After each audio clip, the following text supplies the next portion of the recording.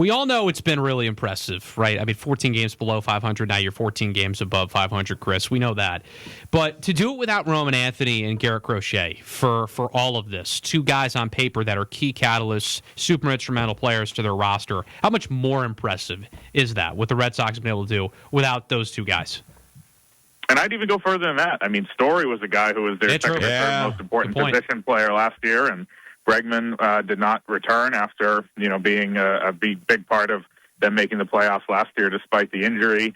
They got nothing out of Marcelo Meyer. Christian Campbell didn't factor in. I mean, it's really been and Tristan Casas basically out for the season. So there's a lot of pieces that have been out, but it's a credit to the sum being greater than the parts with a lot of this, with the Nick Sogards and Mickey Gaspers of the world and Anthony Siegler and other guys having big moments. And then the consistency they've gotten offensively from Contreras is a huge addition, and then Abreu and Rafaela too. So it's, obviously it took them a while to kind of get off the ground in terms of the offense and find their identity.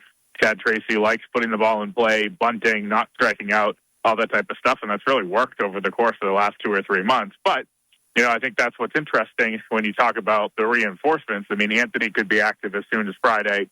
Same with Trevor Story. They're both rehabbing in Worcester. And then you have Crochet maybe as a short burst bullpen arm down the stretch. You have Curtis Meade, who they acquired at the deadline, who could come back. Isaiah Kiner-Falefa as a depth piece. Different guys. Whitlock and Slayton are on the IL right now, and they could be back. So there's a lot of guys that, you should expect to be back at some point, and it's going to push some of these contributors off the roster probably, but the level of talent's going to go up, and that's never bad this time of year. Yeah, Chris, and I just think that you got rid of Rafi Devers, which he obviously he could hit, but he wasn't the greatest third baseman, and then he wouldn't even move positions and stuff like that. But I think Wilson Contreras has been such a great addition. Even when they were stinking up the joint, this guy was fiery, passionate. And just getting these guys to think more about baseball. What are your thoughts on Wilson Contreras? Yeah, I think some of that stuff has been really well timed. Others, not so much. The player never, ever leaves. More importantly, though, he's been perfectly fit for Fenway. He has a ton of homers. He's been consistent. If he's been in a slump, it's only lasted a week or a couple of games, and he's broken out of it with big hits and big doubles. The average is there. Home run total, highest of his career at this point, and then the RBIs, the run production. And I think an underrated aspect is the defense at first base. Yep. It's been a rotating, cast there for a few years for the Red Sox with Michael Chavis and Bobby Dahlbeck and Franchi Cordero. Last year they had to sign Nate Lowe basically off the scrap heap to start for them in the playoffs, and they had Romy Gonzalez over there. But to have Contreras playing a really high level of defense at first for what's going to end up being 140, 145 games, I think has been a big stabilizer in the infield too. From a Red Sox perspective, Chris, what are you really watching for and looking for this weekend series against the Yankees? Yeah, it's really important in terms of basically the returns of Anthony and Story. They played last night at Worcester. They're playing tonight in Worcester. The team is off. The Red Sox are off tomorrow, and I'd expect both of them are in there, and just kind of seeing how that lineup looks. I mean, it's a lineup now that has not just Anthony and Story, Rafaela, Abreu, Contreras. Caleb Durbin's had a very good couple months. Adley Rutschman's in the mix now. And it's going to be the more complete lineup than we've seen for them really since opening day. So there's that. And then, a big starts from some pitchers who kind of need to turn the corner here. Jake Bennett has hit a rough patch his last couple before his very last outing, and he's pitching on Saturday during the doubleheader. Rangers Suarez has not had a great second half. He's going. Patrick Sandoval as the fifth starter. He's going to pitch. So the Yankees are catching a break in that way where they're not getting Tolle and they're not getting Sonny Gray in this series. But one of these or two of these arms need to step up for the Red Sox. And it's going to be a playoff preview. I think these teams are headed on a collision course again. The Red Sox hope it's at Fenway and not in the Bronx. But, they have to win these games to ensure that or at least make some moves toward that end. I think it's been an amazing turnaround. My wife's the biggest Red Sox fan, so I watch every game, not just for my job, but, she loves watching them play the way they've been playing. I mean, Rafaela has been unbelievable. He doesn't get enough credit. Abreu has been unbelievable. The guy she thinks I'm too hard on is Jarren Duran. I still don't understand why he's playing sometimes, but give me your thoughts on this guy. He had a big grand slam. It kind of reminds me of Jazz Chisholm.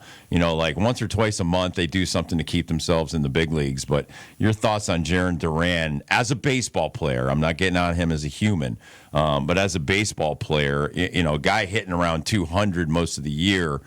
Is it his power numbers that keep him in there? Because I don't think it's that many other things. Yeah, I mean, it's high highs and low lows. He'll strike out basically every time he's up there for the course of a few weeks and then have a big hit as he did last night. Right. He had an 8 or 9 homer month in May. I mean, it's just that you see that, the upside is there from an offensive perspective. And I think the floor with him is that he's been really, really good defensively in left field. And I think even when Anthony comes back, Duran is the superior outfielder out there. So they'll keep him playing left with Anthony DHing a lot. They'll be different against lefties, but it's I think with Duran at this point with a contending team, the fact he's hit 205 with an OPS in the sixes all year hasn't prevented the Red Sox from being in this mix. And with that, they just need him to catch lightning in a bottle. And 2 years ago, he's one of the better offensive players in baseball, and that's not hyperbole. And they're hoping that maybe he can put it together for a month plus here into the playoffs, and they're able to do something because of that. I mean, that's just a dynamic element you can add potentially as well. Chris, has Chad Tracy, in your mind and opinion, done enough to be the Red Sox guy going forward? Get rid of that interim tag, maybe lock him up long term? Yeah, I think it's more likely than not. I think the way they look at it is, why rush when we don't necessarily have to make a decision right now? And that's an interesting way to do it. But, they could be proactive, but at this point, they're just not going to be, I think, rushing a decision when they don't necessarily have to. So it's something that until they make a decision either way, it's going to be an open question. I think what's good for them in this case is that he's a guy that has virtually no ego. He's very even-keeled. He keeps things very steady. I think, obviously, in his heart of hearts, he wants to keep the job, and he probably feels like he deserves it. But at the end of the day, he's not getting bent out of shape over the delay. I don't think they've made quiet promises to him. I don't think they've guaranteed anything. I just think that at this point, they're going to play out the string, see what's happening, and ultimately my guess is they'll land on him just with the familiarity that he has and the success he's had since he's taken over. Talking to Chris Cotillo from MassLive.com. He covers the Boston Red Sox. Got to be amazing covering a guy like Sonny Gray. The season that he's had, I'm big on team wins and these guys' starts, not just their own personal stats. But tell our listeners why this guy should be up for the Cy Young against Schlittler for what he's done for the Red Sox this year in the absence of Crochet.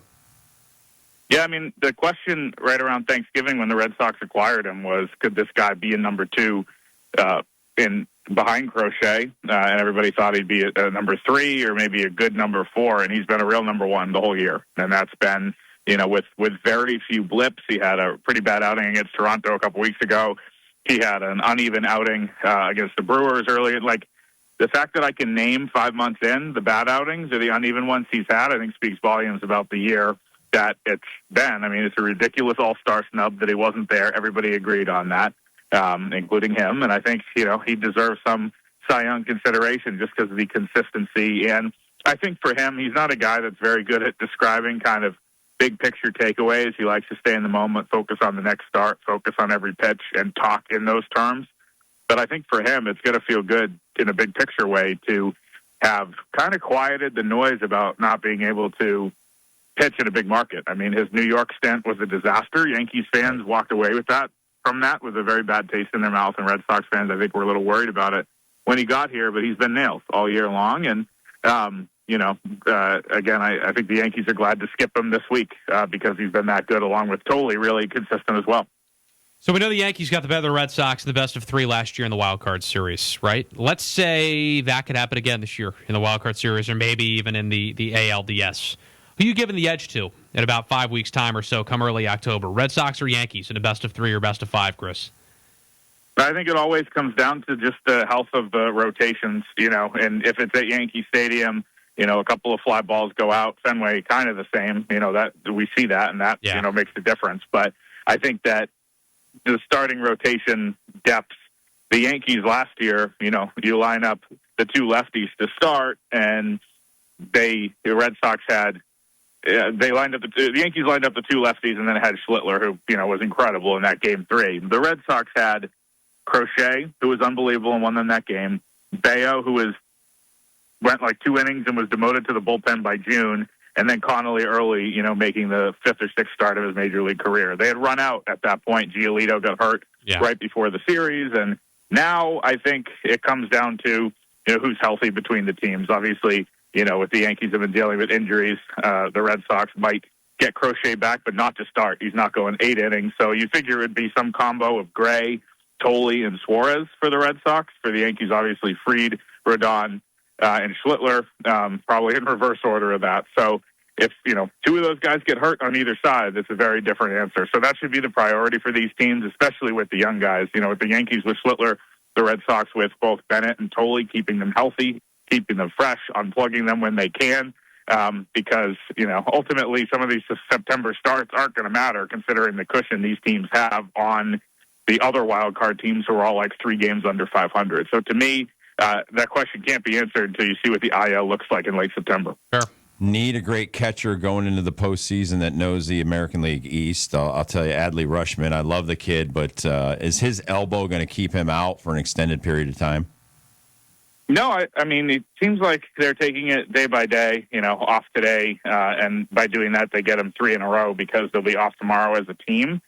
And he'll probably, as catchers do, only catch 1 on Saturday in the doubleheader.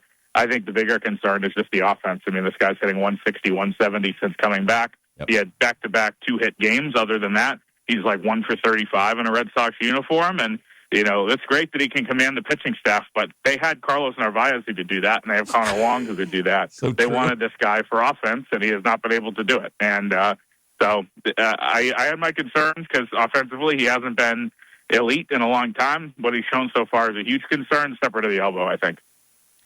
Chris, looking at this team top to bottom, we mentioned the rotation and then the lineup too. And Rob and I were going back and forth on this earlier.